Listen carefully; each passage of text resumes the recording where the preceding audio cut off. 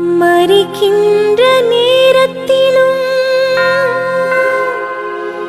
மன்னிப்பை கொடுத்தவரே, இதுதான் உன் அன்பு என்பதா இயேசுவே, இதுதான் உன் அன்பு என்பதா? இயேசுவுக்கே புகழ், இயேசுவுக்கே நன்றி, மரியே வாழ்க. ஆள் பார்த்து செயல்படாத இறைவன் நம் இறைவன். அன்புமிகு இறை மக்களே, பாஸ்கா காலத்தின் 6ஆம் ஞாயிறு இன்றைய நாளிலே கடவுளுடைய வார்த்தையானது எந்த ஒரு பாரபட்சமின்றி நாம் இந்த உலகில் எல்லோரிடமும் சம சகோதரனாக சகோதரியாக பழக வேண்டும், உறவு கொள்ள வேண்டும், நேசிக்க வேண்டும், அன்பு செய்ய வேண்டும் என்ற ஒரு அருமையான சிந்தனையை இன்றைய இறைவார்த்தையின் வழியாக நமக்கு கொடுக்கின்றார். இன்றைய முதல் வாசகம் திருத்தூதர் பணி 10ஆம் அதிகாரம் 25 முதல் 26, 34 முதல் 35, 44 முதல் 48 கொர்நேலியு பேதுருவை எதிர்கொண்டு போய் அவர் காலில் விழுந்து வணங்குகிறார்.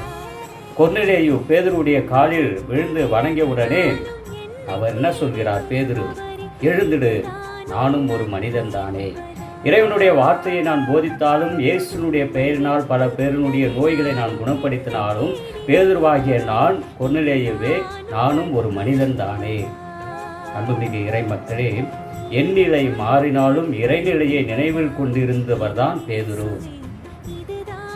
தான் பிறரை குணமாக்கியதனாலோ, இறைவார்த்தை வல்லமையாக போதித்ததனாலேயோ, அல்லது திரு அவையினுடைய முதல் திருத்தந்தையாக அவர் மீது பாறையின் மீது கட்டப்பட்ட ஒரு திருச்சபையினுடைய அவர் ஒரு பொறுப்பாளராக, பேதுருவாக, திரு அவையினுடைய தூணாக இருந்த அந்த ஒரு முக்கியமான நிலையிலும் தன்னுடைய நிலையை உணர்ந்தார்.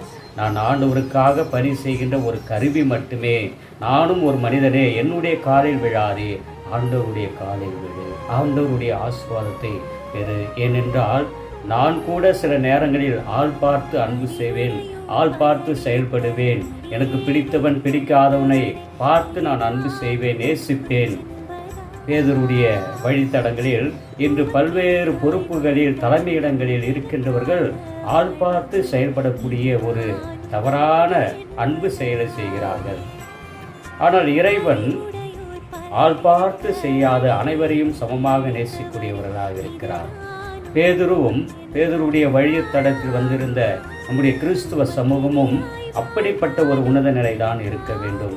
இன்னைக்கு ஒருவர் எந்த அளவிற்கு ஒரு வயது முதிர்ச்சியிலோ, அனுபவ முதிர்ச்சியிலோ, அல்லது அவர்கள் திறமைகள் முதிர்ச்சியிலோ, அதையெல்லாம் பார்க்காமல் யார் எப்படி இருக்கிறார்கள், தனக்கு பிடித்தவர்களாக இருக்கிறார்களா, தனக்கு பிடித்தவர் போல நடிக்கிறார்களா, அவர்களுக்கேற்ற ஒரு அன்பினை கொடுக்கின்ற ஒரு சமூகத்தில் தான் நாம் வாழ்ந்து கொண்டிருக்கிறோம்.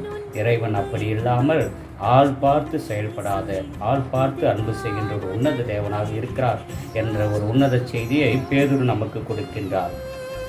அதனைத் தொடர்ந்து ஆள் பார்த்து செயல்படாத இறைவன் பிற இனத்தாருக்கும் நற்செய்தியை முழங்குகின்ற, நீதியை வழங்குகின்ற இறைவன் என்பதை பதிலுரைப்பாளர் 98 1 முதல் 4 வசனங்களும், 2ஆம் வாசகம் 1 யோவான் 4ஆம் அதிகாரம் 7 முதல் 10 இந்த ஆள் பார்த்து செயல்படாமல் எல்லோரையும் சமமாக இருப்பதற்கு ஒரு மைய புள்ளி அன்பு.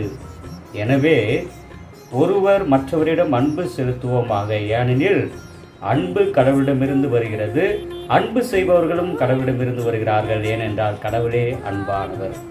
அன்பு செய்யுங்க, வெறுக்காதீர்கள், பார்ஷாலிட்டி காட்டாதீர்கள், வெறுத்து ஒதுக்காதீர்கள், எல்லோரும் சமம் என்று இயேசு பகைவர்களையும் அன்பு செய்யுங்கள் என்று சொல்வதற்கு இந்த 1 யோவான் 4 7 முதல் 10 மிகவும் அற்புதமாக இருக்கிறது. அன்பு செய்யுங்கள் ஏனென்று சொல்கிறார்? கடவுளே அன்பானவர். அன்பு செய்யும் பொழுதுதான் நம் அன்பிலிருந்து உருவானவர்கள். ஏனென்றால் கடவுளே அன்பாக இருக்கின்றார். அதனைத் தொடர்ந்து இன்றைய நற்செய்தி யோவான் 15 9 முதல் 17 என் தந்தை என் மீது அன்பு கொண்டுள்ளது போல. இயேசு வெறுமனே அவருடைய அன்பை கொடுக்கவில்லை, தந்தையினுடைய அன்பை பெற்று அவற்றை நமக்கு கொடுக்கின்றார். எனவே அந்த தந்தை எந்த அளவிற்கு இயேசுவை அன்பு செய்தாரோ அதே அன்பை நமக்கும் கொடுக்கின்றார். அந்த அன்பை நிறைவேற்றுவதிலே கண்ணும் கருத்துமாக தன்னுடைய தந்தையினுடைய திருவுளத்தின்படி வாழ்ந்தார். எனவே என்னுடைய அன்பையும் என்னுடைய மகிழ்ச்சியும் உங்களுக்கு கொடுக்கின்றேன். என்னுடைய அன்பில் நிலைத்திருங்கள். தொடர்ந்து என் அன்பை சுவைத்து கொண்டே இருங்கள்.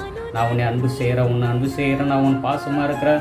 மனைவி கணவன் மேலே அன்பையும். இன்றைக்கி குடும்பத்தில் ஒவ்வொரு பிரச்சனை வரதுக்கு காரணம் அந்த கல்யாணம் ஆகி 1 மாதம், 1 வருஷம், 2 வருஷம், 5 வருஷம், 10 வருஷம், இவ்வளோ தான் அன்பு. 2 பிள்ளைங்க, 3 பிள்ளைங்க, 4 பிள்ளைங்க ஆன பிறகும் கணவன் மனைவி பிரிகிறார்கள் என்றால் அன்பில் நிலைத்திருக்கவில்லை. அவர்கள் அன்பானது குறுகிய அன்பாக இருக்கிறது. என்றுமே உண்மையான அன்பு நிலைத்திருக்கும், நீடித்திருக்கும். அந்த அன்பு தான் தெய்வீக அன்பு. நாம் எந்த தவறு செய்தாலும் இறைவன் நம் மீது தொடர்ந்து நீடித்து அன்பு செய்கிறார். அந்த ஆண்டவர் இயேசு கிறிஸ்துவை போல எந்த ஒரு வேற்றுமையும் பார்க்காமல், ஆள் பார்த்து செயல்படாமல் எல்லோரும் ஆண்டவருடைய பிள்ளைகள் என்று அன்பு செய்வோம். ஆண்டவருடைய அன்பில் நிலைத்திருப்போம். ஜெபிப்போமாக. என்றும் வாழும் எல்லாம் அல்ல இறைவா, உம்மை போல நாங்கள் ஆள் பார்த்து செயல்படாமல், பிடித்தவன் பிடிக்காதவன், வேற்றுமைகள் என்று பலவற்றை கடந்து நாங்கள் ஒவ்வொருவரையும் உமது அன்பு பிள்ளையாக பாவித்து, சகோதர சகோதரியாக பாவித்து, ஆள் பார்த்து செயல்படாமல், ஆள் பார்த்து பொறுப்புகள் கொடுக்காமல், ஆள் பார்த்து அவருடைய தரத்தை நாங்கள் உயர்த்தி பார்க்காமல், எல்லோரையும் ஒரே மனதாக அன்பு செய்யக்கூடிய ஆசிரியும் அருளையும் பொழிவீராக. அன்பினால் மட்டுமே அகிலத்தையும் ஆண்டவருடைய உள்ளத்தையும் நாங்கள் வெல்ல முடியும் என்ற ஆசிரை எமக்கு தாரும். ஆமீன். இயேசுவுக்கே புகழ், இயேசுவுக்கே நன்றி. மரியே வாழ்க. ஆமீன்.